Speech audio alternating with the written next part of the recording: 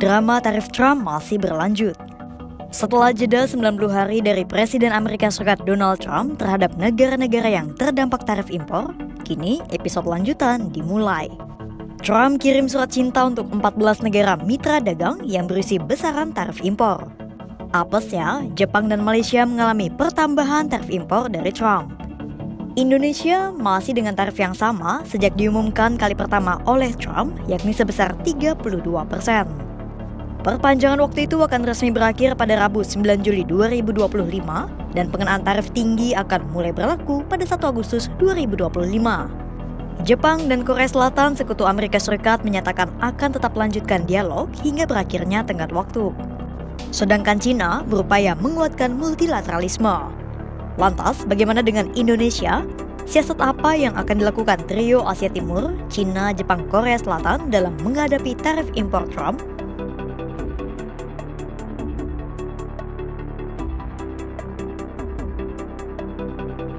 Pertama-tama, perlu kita ketahui dulu apa itu tarif Trump dan dampaknya bagi Indonesia. Jadi, gelombang penerapan tarif impor pertama kali diumumkan Trump pada 2 April 2025. Setelah pengumuman Trump, pasar saham global segera anjlok menimbulkan kepanikan psikologis. Penerapan tarif impor itu bahkan berujung pada ketegangan berkepanjangan antara Cina dan Amerika Serikat. Akhirnya, Trump pun memberi jeda waktu penerapan tarif impor selama 90 hari sampai Juli 2025. Namun, masih ada sejumlah negara yang belum menemukan jalan tengah dengan Amerika Serikat. Akhirnya, penundaan penerapan tarif Trump pun kembali diperpanjang hingga 1 Agustus 2025. Skema penerapan tarif impor seperti ini.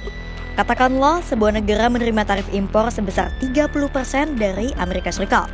Otomatis, semua barang dari negara tersebut yang masuk ke Amerika Serikat akan dikenai biaya tambahan sebesar 30%. Misalnya, negara tersebut mengekspor barang senilai $10 ke Amerika Serikat. Maka, harga barang itu otomatis dikenai biaya tambahan sebesar 30% atau $3. Biaya impor sebesar 30% itu bisa dibayarkan oleh perusahaan pengekspor maupun dibayarkan sebagian oleh konsumen.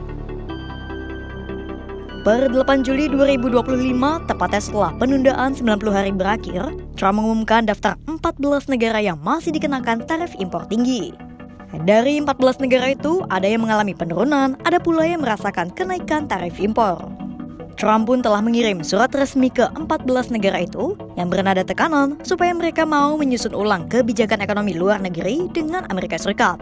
Dan berikut 14 negara yang masih dikenai tarif impor oleh Trump per 8 Juli 2025.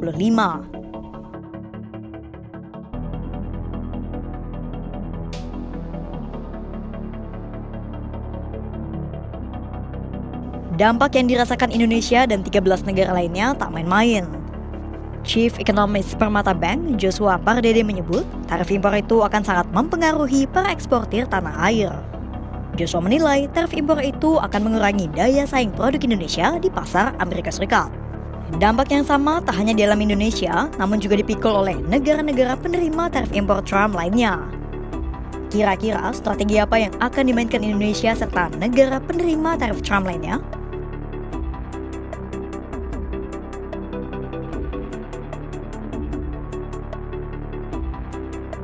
Pertama-tama, mari kita kulik strategi Indonesia untuk menghadapi tarif impor Trump. Sebelum mengambil langkah, pemerintah Indonesia perlu memperhatikan dahulu isi surat yang dikirimkan Trump pada 7 Juli 2025 untuk Presiden Prabowo Subianto. Dalam surat itu, Trump secara belak-belakan menyebut bahwa kerjasama dagang dengan Indonesia membuat Amerika Serikat tekor. Situasi defisit yang dialami Amerika Serikat itu tak terlepas dari kebijakan Indonesia yang disebut Trump sebagai aturan tarif, non-tarif, dan penghambat perdagangan. Semua itu terjadi selama bertahun-tahun lamanya. Trump mau menurunkan tarif impor terhadap Indonesia jika Indonesia mau melakukan sejumlah hal sesuai perintah Trump. Mulai dari mengatur ulang kebijakan ekonomi luar negeri, membangun pabrik Indonesia di Amerika Serikat, hingga mengancam agar Indonesia tidak menaikkan tarif impornya terhadap barang dari Amerika Serikat. Isi surat Trump terhadap 13 negara lainnya pun memiliki nada serupa. Pertanyaannya, apa langkah Indonesia? Strategi pertama yang akan dilakukan Indonesia adalah melanjutkan negosiasi pengenaan tarif impor 32% dengan Amerika Serikat. Kepala Komunikasi Kepresidenan Hasan Nasbi menyebut, tim negosiasi Indonesia kini telah berada di Washington untuk kembali melanjutkan perundingan. Menko Perekonomian Airlangga Hartarto juga akan ikut dalam perundingan tersebut.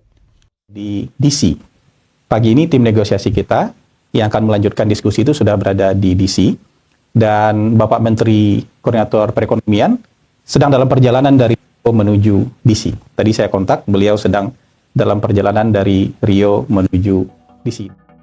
Direktur Ekonomi Digital Center of Economic and Law Studies atau CELIOS, Nailul Huda menyarankan agar pemerintah Indonesia segera melakukan upaya untuk memperkuat ekonomi domestik. Mulai dari menggenjot daya beli masyarakat hingga penguatan infrastruktur. Taktik selanjutnya yang bisa dilakukan Indonesia adalah dengan mencari pasar alternatif tujuan barang Indonesia selain ke Amerika Serikat. Misalnya ke pasar Amerika Latin, Timur Tengah, dan Afrika. Saran lain dari Nailul adalah Indonesia bisa mengenakan tarif impor terhadap jasa dari Amerika Serikat, termasuk jasa digital, hiburan, dan sebagainya. Nailul mencatat, itu pun hanya bisa dilakukan apabila pemerintah Indonesia berani.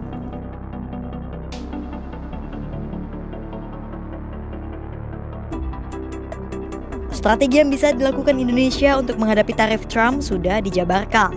Sekarang, bagaimana dengan trio Asia Timur alias Jepang, Korea Selatan, dan Cina?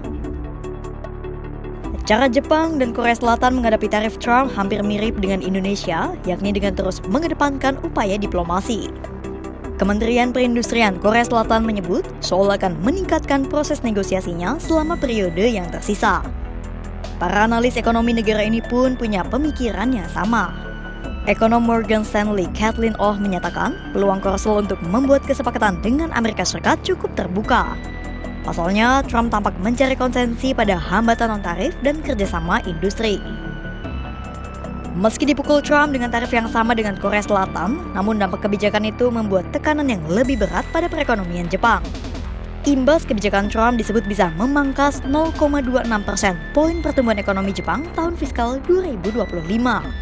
Analis Japan Research Institute, Kazuki Fujimoto mengatakan, meski Jepang kemungkinan bisa menghindari skenario terburuk, namun tarif 25% tetap merugikan laba eksportir hingga 25%. Atas kondisi ini, jalur negosiasi pun dinilai jadi pilihan tepat bagi Jepang. Perdana Menteri Jepang Shigeru Ishiba menyebut bahwa Jepang juga akan terus berdialog dengan Amerika Serikat dan mencari peluang kesepakatan yang menguntungkan kedua negara. Berbeda dengan Jepang dan Korea Selatan, China memiliki pendekatan yang berbeda dan lebih berani. Dalam KTT BRICS, Perdana Menteri China Li Qiang menyebut Beijing ingin meningkatkan multilateralisme untuk menghadapi perang dagang dengan Amerika Serikat. Mulai dari memperluas kerjasama dengan komunitas internasional, meningkatkan perdagangan bebas, hingga aktif mendukung reformasi pengembangan WTO. Penerapan tarif Trump memang bukan sekadar kebijakan dagang biasa.